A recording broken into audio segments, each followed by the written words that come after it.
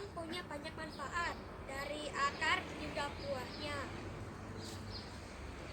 Akarnya bisa digunakan sebagai obat anti cacing dan gangguan darah. Batangnya dapat dimanfaatkan untuk bungkus pembuatan tempe. Daun pisang dapat dimanfaatkan sebagai pembungkus makanan seperti lontong, arem-arem, dan membungkus nasi. Dari buah yang sudah matang dapat langsung kita makan sebagai buah, dan yang mentah dapat digunakan untuk mengatasi diare dan juga bisa dibuat camilan seperti jeriping pisang.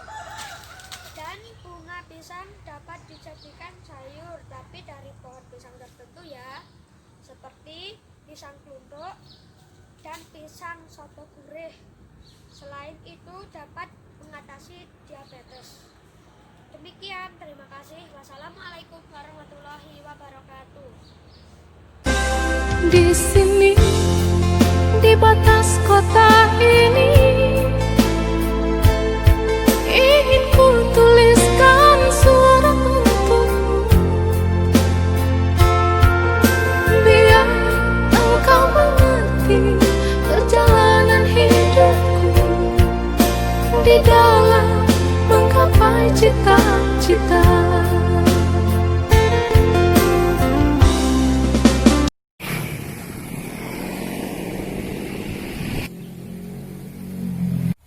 Assalamualaikum warahmatullahi wabarakatuh.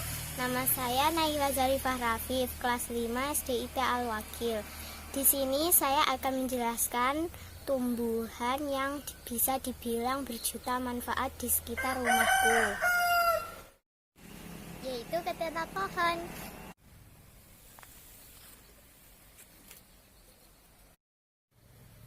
Ketela pohon ini bisa juga dijadikan makanan pokok dan berbagai macam camilan. Dan di sini saya akan menjelaskan sedikit contoh manfaat dari ketela pohon ini, yaitu dibuat keripik untuk camilan.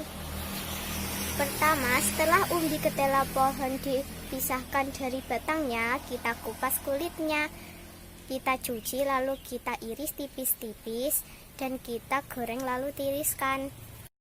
Untuk menambah citra rasa, kita dapat menambahkan bumbu pedas manis atau balado. Mantap deh! Selamat mencoba! Terima kasih.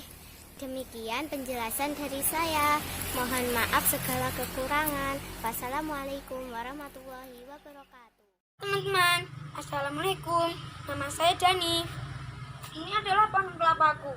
Masih kecil ya teman-teman. Kalau sudah besar nanti, pohon kelapa memiliki 1000 manfaat. Antara lain, daun bisa dijadikan sapu lidi dan bakar masakan. Batangnya bisa diolah menjadi kayu untuk membuat rumah dan jadi papan. Buahnya untuk dijadikan minuman, makanan, kue, minyak kelapa, dan berbagai masakan. Dan masih banyak lagi. Demikian yang bisa saya sampaikan. Wassalamualaikum warahmatullahi wabarakatuh. Dalam bisnis kita tidak cukup niat baik saja. Niat baik itu penting, tapi nggak cukup. Nah, ada baiknya kita punya ilmu, ya. Ilmu ini seperti penerang, ya. Jadi langkah-langkah kita jelas semuanya, tujuannya jelas, dan step by stepnya jelas semuanya. Kalau nggak ada ilmu, akhirnya cuma, mohon maaf ya, sekedar niat baik, tapi nggak berkembang, kurang berkembang.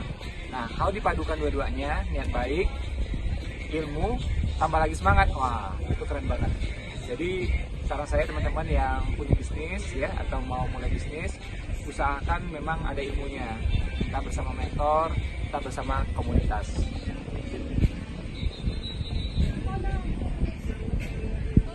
Bagi teman-teman yang masih sekolah, masih kuliah, itu sebenarnya bukan hambatan untuk mencari rupiah, ya. Teman-teman insya Allah tetap bisa menghasilkan rupiah walaupun masih sekolah, walaupun masih kuliah.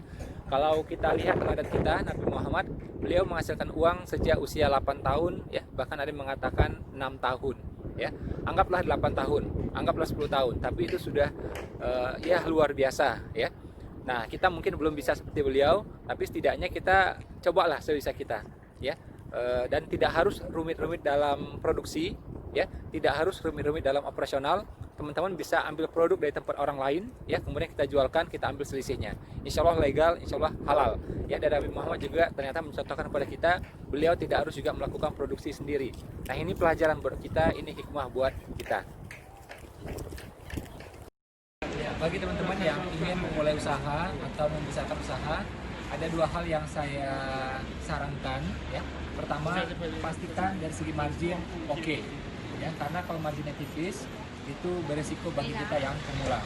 Jadi pastikan marginnya lumayan oke, ya. Nah, setelah margin, karena kita yang pemula, kita harus mengandalkan produk itu dibeli selalu, ya, apakah setiap minggunya atau setiap bulannya.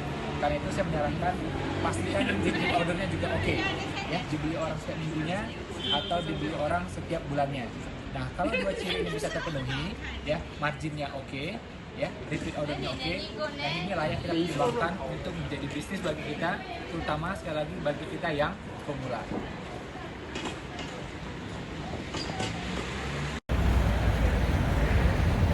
Ya, saya menyarankan bagi teman-teman kalau bisnis itu ibaratnya kita pergi ke suatu tempat.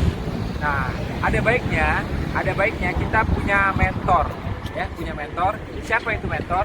Mentor adalah orang yang membimbing kita, mengarahkan kita untuk sampai ke tempat tersebut. Kenapa bisa sampai? Karena dia sudah bolak-balik nyampe di sana.